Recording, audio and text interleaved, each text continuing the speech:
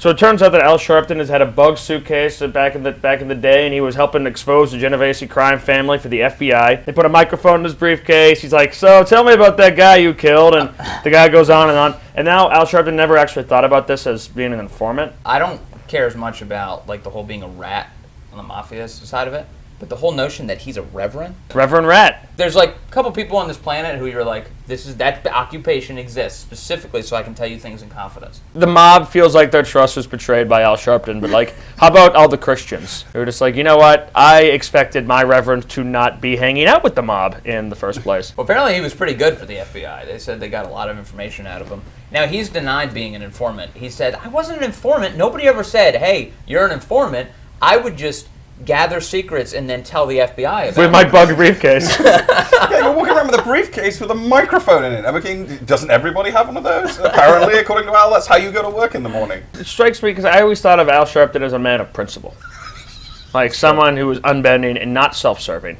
Someone who would never get involved in like the nitty-gritty or be a horrible, horrible person and a bad reverend. But it turns out I was wrong. I'm tired of the magazine. You ain't nothing. You a punk faggot. Now come on, do something. Congressman Vance McAllister got busted yesterday for a video of him that was from his office. It was like security cam footage from his district office showing him making out with one of his staffers. It's kind of like a vivid video. I mean, he's like there in the dark making out with her, and it blew up yesterday and went everywhere. How did they get the video? Somebody from the office must have leaked the video. Because it's, Some security guard. you can must tell have, it's somebody filming Yeah. the security camera with like a cell Yeah. phone. You kind of just have to feel bad for like everybody involved. Like obviously, he and the scheduler are like guilty of this. She has a husband, by the way.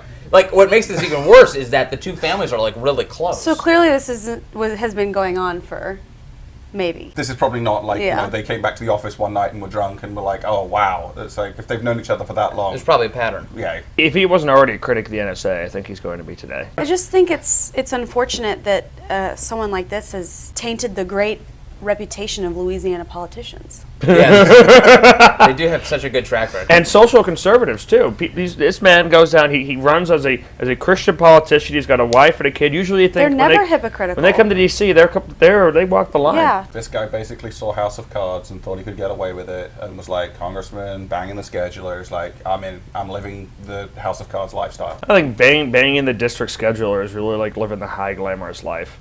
But I mean, no offense to schedulers. We love schedulers. We should be really clear about that.